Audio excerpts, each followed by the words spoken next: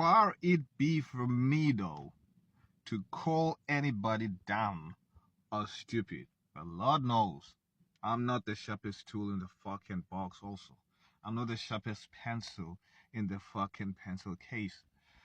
But this nigga's got to take the cake of the dumbest shit you could ever do after not hearing the full story of somebody and what they say and getting your facts straight, but wanting to fucking respond.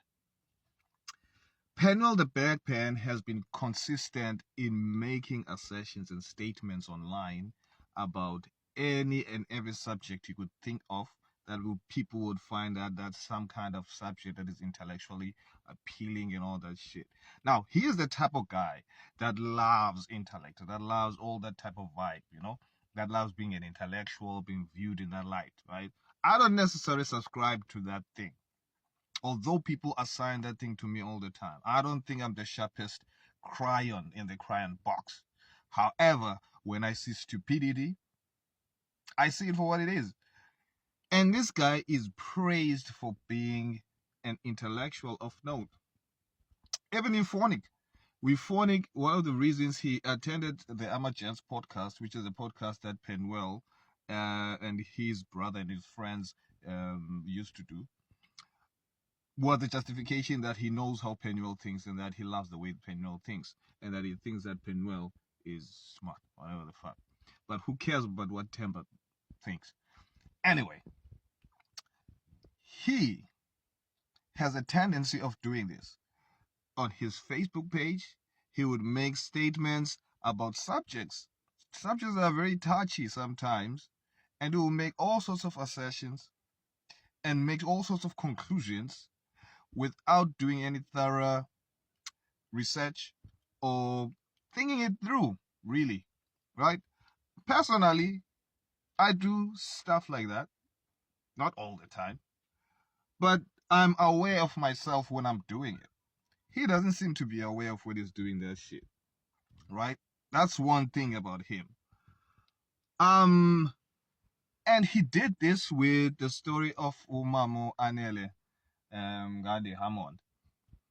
He did this about Prof and posted a video talking about all sorts of doubts that he had about the story, and also claiming that he didn't hear the full story in the same fucking breath, right? Listen to this. Disclaimer before I start. I used to work as a credit manager at Standard Bank, Vehicle and Asset Finance in the head office on Simmons Street, and I also used to work as a credit risk analyst at ABSA head office under personal loans in the Johannesburg CBD at ABSA Towers. I give this disclaimer so that when I give you my opinions, you understand a little bit of where I come from.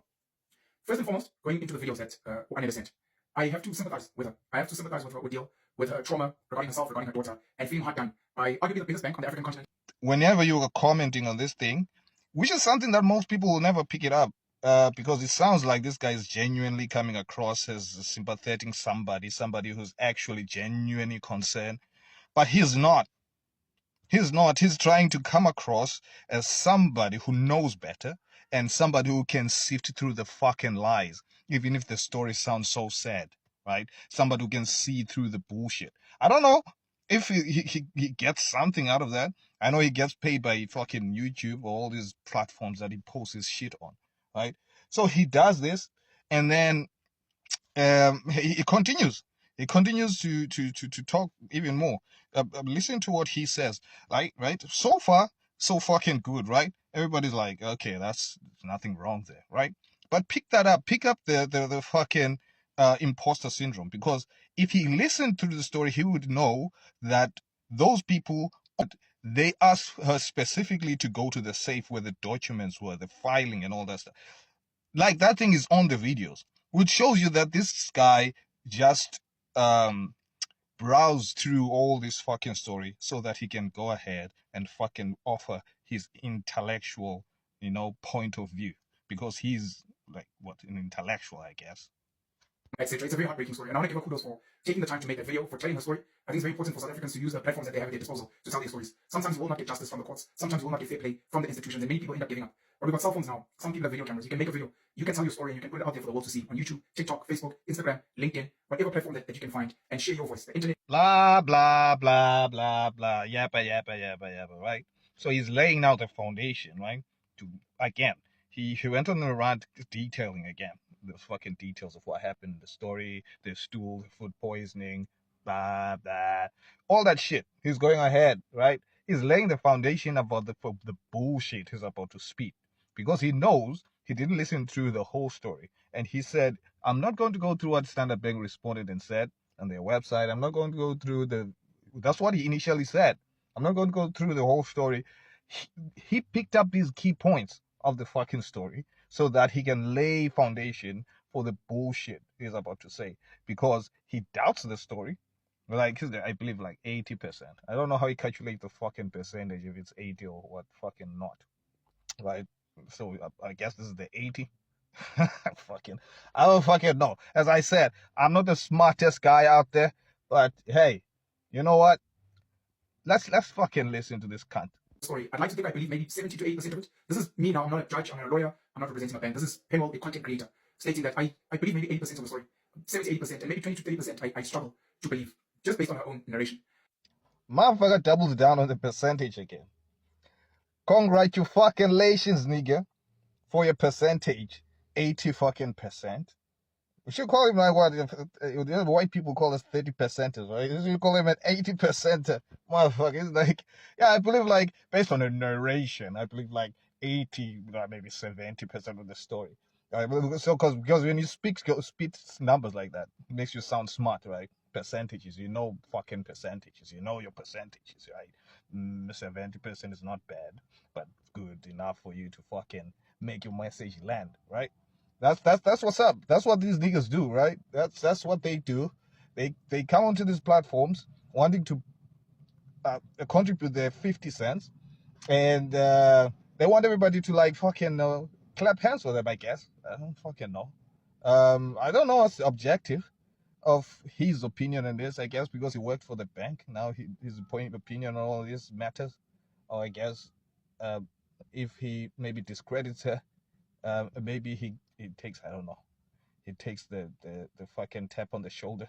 But anyway, he doubles down on the percentage thing, and again, he insists on the fact that people have social media now, and people can say their stories, they can say their piece, blah blah blah blah. Right? That's him. And I said this on social media, people have said, like, what don't you believe? You guys don't want to believe black people, like, it's not that. There's aspects of the story that don't necessarily make sense to me. There's a time when she speaks about banging her head in court to get the attention of the judge. I think she says it's Judge Maureen. I don't think that's necessary to be banging your head against platforms in a court of law to get the attention of a judge or the people in court. I think as an intelligent woman, as an educated woman, she says she's working as an investment banker and she's got qualifications in finance and law. She should understand the channels if she wants to be heard. So I found that very odd. But look, maybe we'll put it in the realm of she was traumatized. There are parts of the story that don't quite make sense to me as a normal person. I'm not sure if she stays in South Africa. I'm not sure if she stays in Europe. I'm not sure why she travels back and forth all the time. She doesn't necessarily have to disclose this to us, but maybe it will help with the story. I didn't understand why her daughter was called, summoned to come in and be represented in court. When she said that she bought the car, she tried to pay for it using foreign funds. The bank returned the funds and said, can you please use a local bank? And she used a foundation that she set up. She used those bank details. Now, I'm not sure if the daughter is maybe the head of... Ha ha ha. There you have it. There is so many I don't understands in this arc of a fucking story for somebody who believes 80% of it or 70% or thereabout, whatever the fucking percentage is, right? There's so many things that he doesn't understand, which the only thing he had to do was to actually listen. Now it's showing. Do you see it's showing now that he didn't fucking listen? Because if he listened, all those details are detailed out. She made a 16-part fucking video, right? Or maybe 18 parts. Could be more, right? Detailing this story. All he had to do was to actually listen if he genuinely cared about the story, and he would understand all these things he doesn't understand. Because he doesn't understand how the transaction happened. He doesn't understand how the trust was set up for the car. There's so many things he doesn't understand. But the entire point that he wanted to make was the point that he, as Penuel, is an intellectually superior, regardless of the woman being educated and all these things that she has. That he can make a determination that a person of such caliber of intelligence should be able to not bang her head out of frustration in a court of law and should know all the channels into getting her message across. That's the point he wanted to make, to expose her, maybe not intentionally. That's just maybe the ego inside of him speaking. He's just trying so hard to get validation as one of the smartest guys, I think. This, when I see it, I think I recognize it because I've had a friend like this, right? Whereby he actually wants validation for being intelligent, and whereas he can pick up these things, but he didn't listen to the whole arc of the story. There's so many shit that he says, I don't understand, I don't understand, I don't understand, I don't understand. It's not that he doesn't understand, it's because he didn't fucking listen and he doesn't know what the fuck he's talking about. But anyway, let's fucking proceed into clown fucking town, nigga. the foundation, which is why she was called into the foundation for a car, which would mean that the financing transaction was not done through Anele, it was done through the foundation as this was an organizational vehicle and not a personal vehicle. If she maybe would have clarified that, it would have made sense. Otherwise, because she seemed confused as to why the board would be summoned, that part also didn't make sense. And again, I have to emphasize that this is a highly educated woman who has worked in some of these spaces, so I think she should have understood that and been able to clarify that a bit better. Just trying to think of other parts of the story that didn't make sense. Do you see now? The entire point of the video, the entire fucking point of the video was not the sympathy that was pretended, was none of the old shit that he was saying.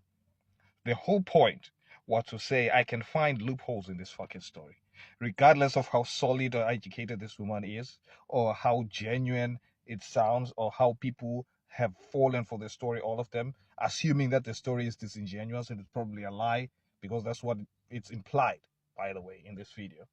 He's just suggesting that I can fucking nitpick and fucking pick up all these things, because it's like trying to think, I'm trying to think other pieces of the story that doesn't make sense, right? This is the guy who's used to do stuff like this, even when he's discussing things on his political scale, political discourse, even if he's engaging. I used to watch his podcast. I couldn't fucking finish an episode of every other podcast. Maybe I'm to blame as well, because I'm probably more like him of not finishing anything that I start. Apparently, I don't fucking know. But anyway, I know my limitations. I know where I can enter and I cannot enter. I know the stuff that I can engage on and stuff that I cannot engage on, right? That's the difference between maybe me and him, or maybe there's many other differences. I don't fucking care. But the only thing that I'm saying is, the whole point of that video was not to share the story, was not to analyze the story for what it was. It was just to show that if this be bullshit and it be found, let it be known that I am the guy that picked it up first. Let it be known that I am the nigger that came across and told all South Africans when they were falling headfirst to this woman's feet, just swallowing up her bullshit. Because that's what it's implied as the story is bullshit. Because I'm like, the percentage shit, I don't know how he quantifies that, because basically that's the entire story where he says he doesn't believe. Because if he doesn't believe that the thugs were sent out to poison, he doesn't believe that the woman probably is educated, because he says if she's as educated as she is, she should have known the channels and blah blah blah. So she's believing. I think this is also a reflection on his part. He's being reflective because he's an imposter, so he thinks everybody's an imposter, right? He's like, she should have known the channels instead of banging her head on the table. Channels to follow in order for her story to be heard, right? Because he knows better, right? Or he knows how educated people should and how they behave. I guess he's the mastermind of all this thing, right? So this is what this guy does. Even on his platforms, he's normally engaging on topics that he just heard. People would probably be at the braai, right? He would fucking listen for 2 seconds and then maybe goes on his phone. This is how I imagine he does things. He goes on his phone and probably does a quick research and then boom, boom, pulls out the phone and makes a fucking video because he can. He's Penuel, the fucking black pen. This guy calls himself the god.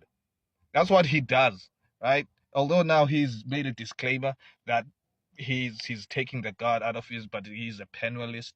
I guess in 2026, people still need a religion, and he's probably going to be a leader of the religion, Penuelism, right?